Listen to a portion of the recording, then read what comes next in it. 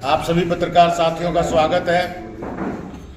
आज जिस तरह से हिंदुस्तान के इतिहास में माननीय सर्वोच्च न्यायालय ने कल एक ऐतिहासिक फैसला लिया, लोकतंत्र को बचाने में, संविधान को बचाने में, उस उपलक्ष्य में आप सबसे बातचीत करने के लिए आप सबको आमंत्रित किया है। आम आदमी पार्टी और कांग्रेस मिलकर चंडीगढ़ के मेयर चुनाव के अंदर अपने कैंडिडेट को मेयर इलेक्शन में जिताने के लिए इंडिया गठबंधन का हिस्सा बने। पूरे मेयर इलेक्शन में 36 वोट पड़ने थे, जिनमें से 20 इंडिया गठबंधन के थे, 14 भारतीय जनता पार्टी के थे, एक अकाली दल का और एक सांसद का वोट था। साफ साफ था, सब देख रहे थे कि एक तरफ 20 है और एक तरफ 16 है, तो जीत जो है वो 20 की होनी है, 16 इसमें हारेगा। लेकिन भारतीय जनता पार्टी के पदाधिकारी रहे और इस चुनाव के अंदर रिटर्निंग ऑफिसर नियुक्त हुए अनिल मसीह ने जिस तरह से इस गेम को पलटा, जिस तरह से एकदम से जीते हुए को, यानी कि साफ दिखाई देता हुआ कि ये जीतेंगे, 20 का अंक जो है वो बड़ा है और वो जीतना चाहिए, उसको पलट के और 16 को जिताया। 8 वोटों को इनवैलिड घोषित किया, वो भी इंडिया गठबंधन के केवल 8 वोट जो थे उन पे सवालिया निशान खड़ा किया गया कि ये गलत तरीके से थे और इनवैलिड थे, ये स्पष्ट नहीं थे। इस मामले में साफ साफ ये नजर आया कि भाई लोकतंत्र की हत्या हुई है और लोक जनमत का जो जनतंत्र का जो फैसला है उसको दरकिनार करते हुए मन मर्जी से, मनमाने तरीके से, तानाशाही से वोटों को चोरी करके और भारतीय जनता पार्टी के कैंडिडेट को मेयर घोषित कर दिया गया।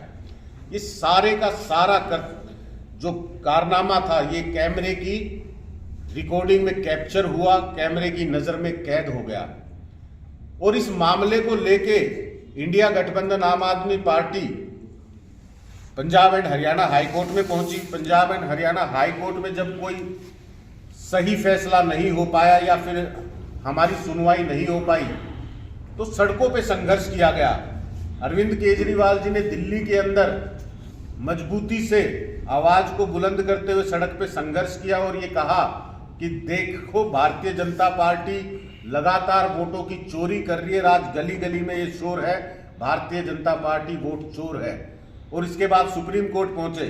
सुप्रीम कोर्ट ने तुरंत इस मामले का संज्ञान लिया और तुरंत इस पे तारीख रखी गई। 5 फरवरी को पहली तारीख पर सुप्रीम कोर्ट ने पहले ही दिन से अपना मन स्पष्ट कर दिया था कि ये लोकतंत्र की हत्या जैसा है और ये कतई बर्दाश्त नहीं किया जा सकता। इसके अंदर रिटर्निंग ऑफिसर की जो भूमिका है वो पूरी तरह से संदिग्ध नजर आ रही है और जो कैमरे के सामने वो हरकत कर रहे हैं उसकी जांच होनी चाहिए और इसके खिलाफ कड़ी कार्यवाही भी होनी चाहिए।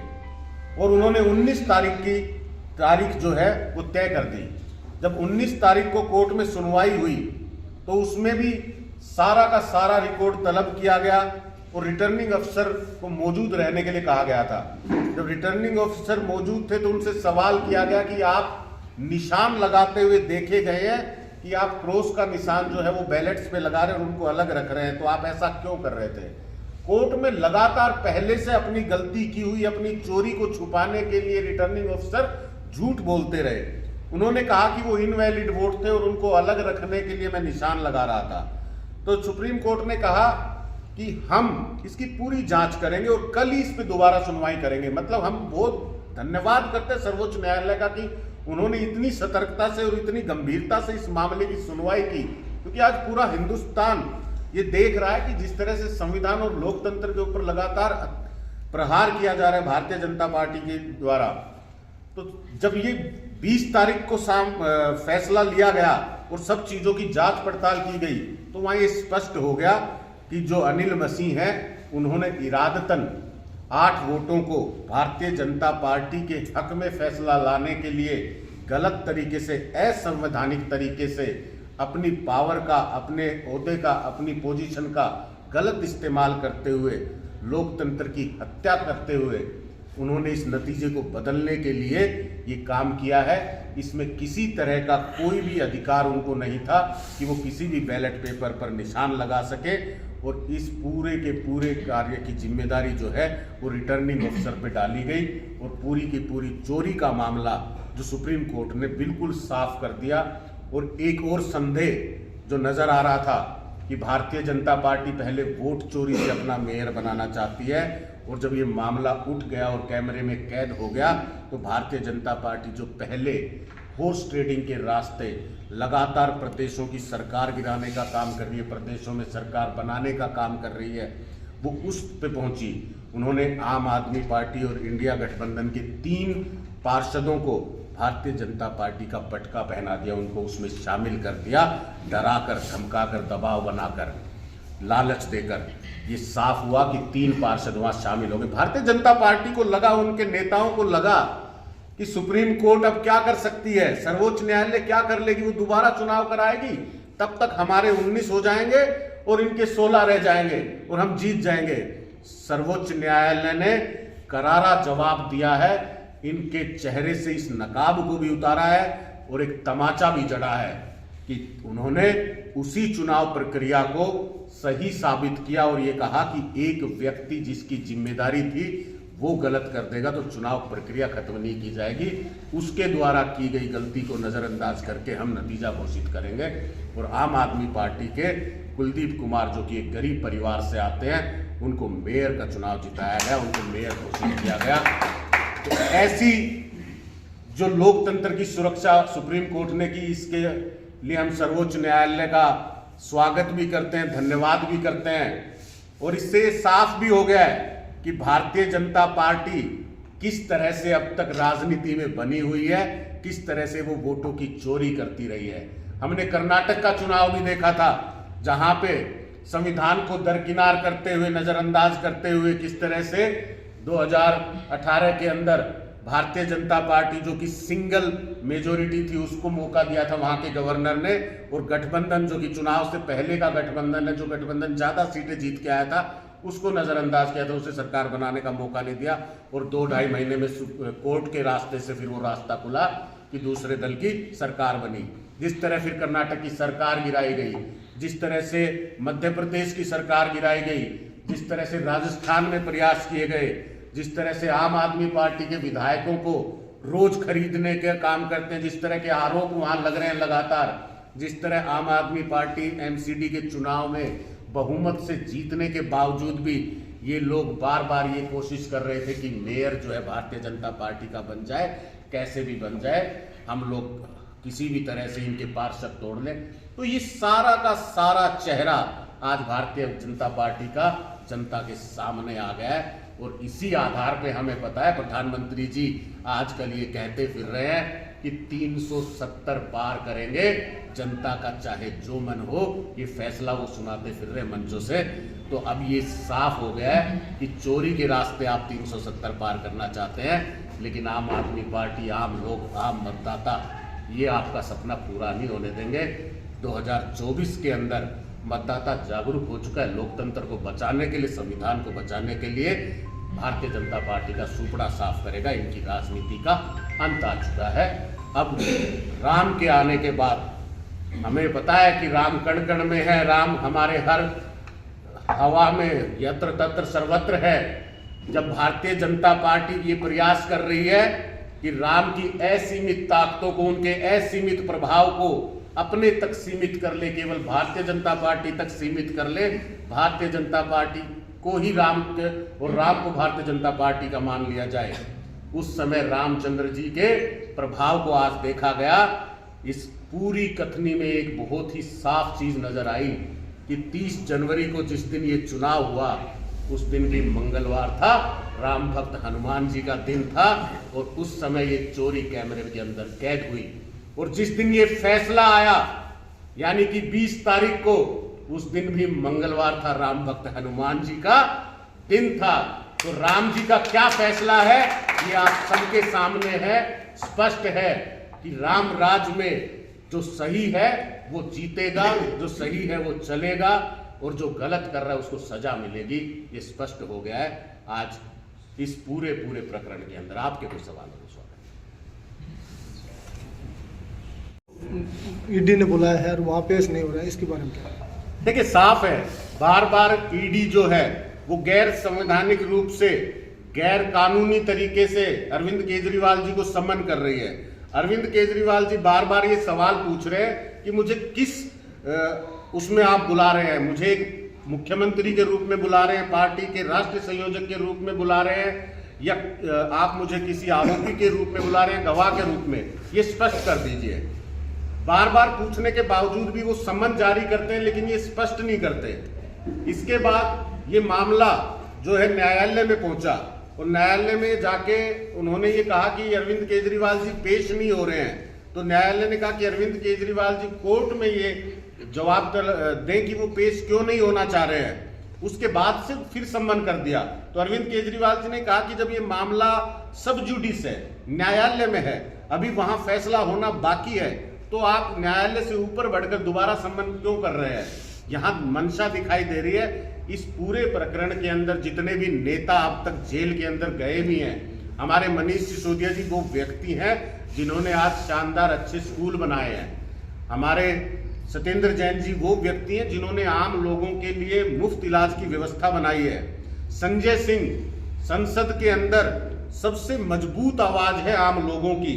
तो इन लोगों को अगर आप जेल में डाल रहे हो, तो इसके पीछे जिस तरह से इस चुनाव में नजर आया कि आप किसी की नहीं सुनना चाहते, आप किसी ना किसी तरह कुर्सी पे बना रहना चाहते हैं, तो जो भी लोग काम करते हैं, जो लोग आपके खिलाफ हैं या जिनसे आपको डर लगता है, उनको आप जेल में डालना चाहते हो। आप इन एजेंसियों का दुरुपयोग कर रहे हो।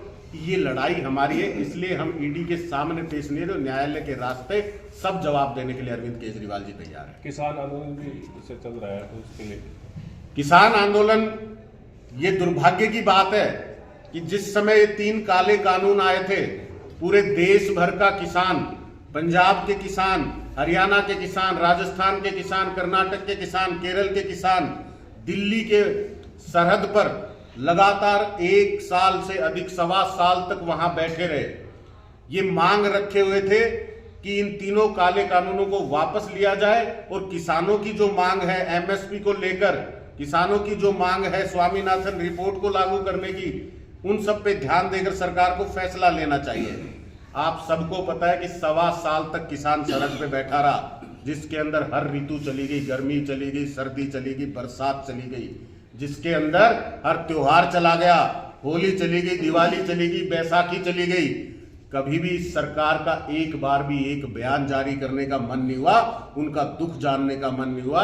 लगभग 750 किसानों ने उस पूरे आंदोलन के समय में शहादत दे दी। आज तक उनके लिए शोक प्रस्ताव पारित नहीं किया गया है। और जब उत्तर प्रदेश का चुनाव आया, एक बड़े राज्य का चुनाव आया, तो नरेंद्र मोदी जी ने उन्हीं किसानों से माफी मांगी थी, हाथ जोड़कर माफी मांगी थी कि मुझसे ये गलती हुई, मैंने आपकी मर्जी के बगैर, आपके अधिकारों के खिलाफ ये काले कानून लाए हैं। आपसे चर्चा करके इन पे हम दोबारा बातचीत करके और आपकी मांगों को मानते हुए कार्रवाई करेंगे। आप धरने को खत्म कर दीजिए, चुनाव में सहयोग दीजिए। इस तरह का काम उन्होंने उस समय किया था। 3 साल बीत गए। 3 साल में कोई कदम माननीय प्रधानमंत्री जी ने, केंद्र सरकार ने नहीं उठाया। किसान मजबूर हैं कि दोबारा से वो आंदोलन का रास्ता चुन रहे हैं। और सरहद के ऊपर जिस तरह से व्यवस्था भारतीय जनता पार्टी मनोहर लाल खट्टर जी ने बनाई है, आपने देखा होगा, ऐसी व्यवस्था पाकिस्तान बॉर्डर पे भी नहीं है। जिस तरह का बॉर्डर आज पंजाब और हरियाणा के बीच में खड़ा कर दिया गया है, ऐसा हिंदुस्तान और पाकिस्तान के बीच में नहीं है। जिस तरह का बल प्रयोग आज किसानों के ऊपर किया जा रहा है, आए दिन आंसू गैस के गोले, मतलब हजारों की संख्या में आप आंसू गैस के गोले दाग रहे हो, वो भी एक शांतिपूर्वक प्रदर्शन के ऊपर। हाई कोर्ट ने भी कहा कि शांतिपूर्वक प्रदर्शन हर किसी का अधिकार है, आप उनको जगह सुनिश्चित करके दीजिए, उनको प्रदर्शन करने दीजिए। भारतीय जनता पार्टी के मुख्यमंत्री, हरियाणा का तो कोई लेना देना भी नहीं है इसके अंदर, उस समय भी हरियाणा सरकार ने किसानों को रोकने का काम किया था। ये आम लोगों के लिए बात नहीं करते। ये जो ऊपर से आदेश आता है, जो प्रधानमंत्री इनको कह दें, जो इनकी पार्टी के मुखिया इनको कहते हैं, उस तरह से चलते हैं। आज पूरी की पूरी फोर्स हरियाणा की जो है, पंजाब के किसान हरियाणा के किसानों को रोकने में लगा दिए। जिस तरह के अनाउंसमेंट कर रहे हैं, लोगों को धमकी दे रहे हैं, ये साफ तौर पे इनका तानाशाही रवैया दिखाता है। लेकिन ये इनके मंसूबे हैं, इनको लगता है कि आम आदमी की आवाज़ दबा देंगे। जिस तरह से 1-1.25 साल तक सरहद पे अपना घर छोड़ के किसान संघर्ष कर चुके, तो अपनी ताकत का परिचय तो आपको पहले ही दे चुके हैं। अगर उन्होंने सोचा है कि अधिकार लेकर रहेंगे, तो आज एक एक आम व्यक्ति, हर एक व्यक्ति किसान के साथ खड़ा है। हम किसान प्रधान प्रदेश से आते हैं, अपने हक को लेकर रहेंगे और किसानों के साथ मुस्तैदी से खड़े हैं। उस अधिकारी पे क्या कार्रवाई करी अभी तक? सुप्रीम कोर्ट ने ये कहा है कि इनके ऊपर अलग से मुकदमा चलना चाहिए, इनके खिलाफ FIR दर्ज होनी चाहिए और जो सजा इनके लिए बनती है कानून के तहत, वो कार्यवाही होनी चाहिए। तो सुप्रीम कोर्ट ने संज्ञान लिया है, हम धन्यवाद करते हैं माननीय सर्वोच्च न्यायालय। माता की जय, भारत माता की जय, इनकलाब जिंदाबाद, इनकलाब जिंदाबाद। बहुत बहुत शुक्रिया आप सबका। आज ये जश्न, आज ये उत्साह,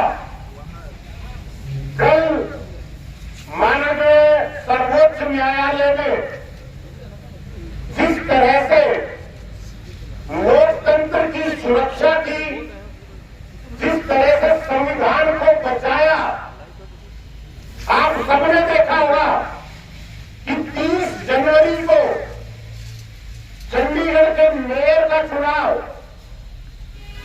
जिसके अंदर 36 वोट 35 पार्षदों के और 1 सांसद के 36 वोटों से मेयर चुना जाना था, उसमें 20 वोट इंडिया गठबंधन के, यानी आम आदमी पार्टी और कांग्रेस के मिलाकर 20 वोट थे और 16 वोट भारतीय जनता पार्टी के, जिसमें 14 वोट भारतीय जनता पार्टी के, 1 वोट शिरोमणि अकाली दल का और 1 सांसद का वोट, 16 वोट।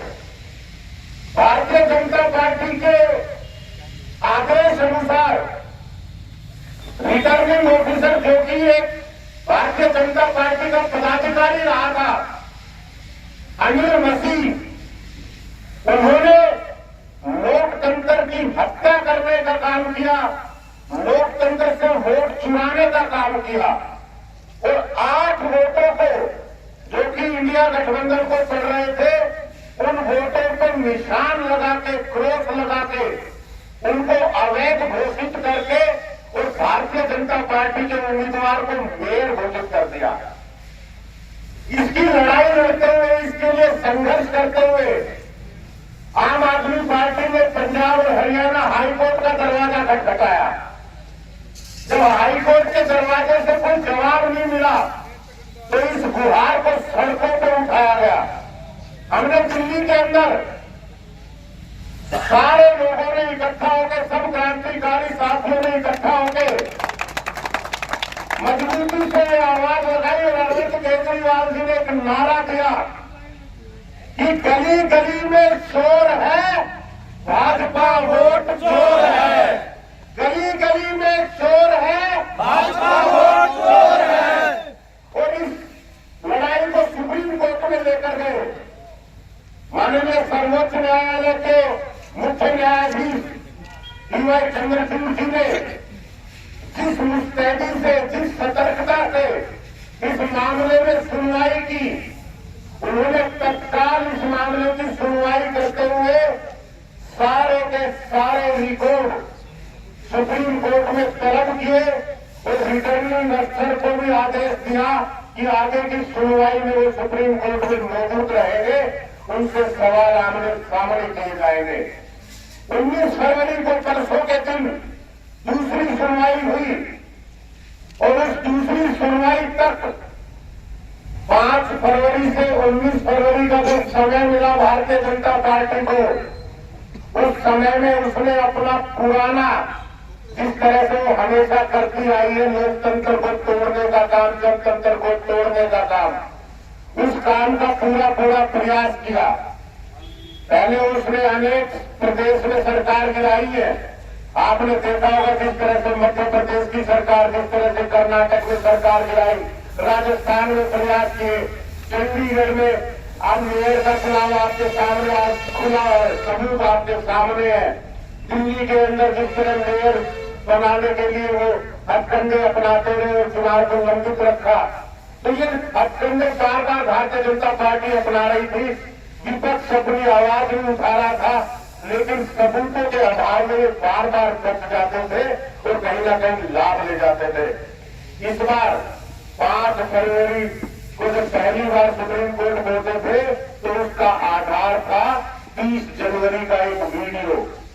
जब ये वोटों की चोरी कर रहे थे अनिल मर्सी रिटर्निंग ऑफिसर, तो वो सारा का सारा उनका काम एक वीडियो के अंदर कैप्चर हो रहा था। वो सारी वीडियो उनकी बन रही थी, जिस तरह वो देख देख के कैमरे में वोटों पे निशान लगा रहे थे, वोटों को चुरा रहे थे, एक एक चीज उनकी सामने नजर आ रही थी। नतीजा क्या हुआ कि आज सुप्रीम कोर्ट ने ऐतिहासिक फैसला देते हुए जब इन दोनों के अंदर उन्होंने दूसरे दलों के इंडिया गठबंधन के पार्षदों को तोड़ने का काम नहीं किया कि अब हम 3 पार्षद 4 पार्षद तोड़ देंगे, बहुमत आ जाएगा तो मेयर तो हमारा ही बनेगा, चाहे जो मर्जी हो जाए। सुप्रीम कोर्ट ने चुनाव की प्रक्रिया को सुरक्षित रखते हुए कि जो 30 जनवरी को चुनाव हुआ था, एक व्यक्ति की गलतियां, एक व्यक्ति के गलत काम के कारण पूरी प्रक्रिया को मंजूर नहीं करेंगे, उसकी गलती को हटा देंगे, नजरअंदाज कर देंगे और उसी आधार पर नतीजा भी घोषित करेंगे। माननीय सर्वोच्च न्यायालय ने आम आदमी पार्टी के आम पार्षद कुलदीप कुमार को मेयर घोषित किया, उस सबके मुंह में करारा जवाब दिया। आज भारतीय जनता पार्टी के चेहरे से ये नकाब उतर चुका और सारी जनता के सामने आ चुका। अब इसके ऊपर एक सुप्रीम मोहर लग चुकी कि गली गली में शोर है, गली गली में शोर है, चोर है। तो साथियों, इस लोकतंत्र की जीत का, इस संविधान की जीत का जश्न मनाने के लिए आज आप सब शामिल हुए और मुझे पूरा भरोसा है कि ये भारतीय जनता पार्टी जिस तरह से बार बार कहती है ना कि भाई हमारे इतने पार, हम उतने पार, आपने देखा होगा हरियाणा के अंदर भी ये लोग कहते थे 75 पार करेंगे, 75 पार करेंगे। कोई आधार नहीं है। ये लोग वोटों की चोरी करते हैं, वोटों को चुराते हैं।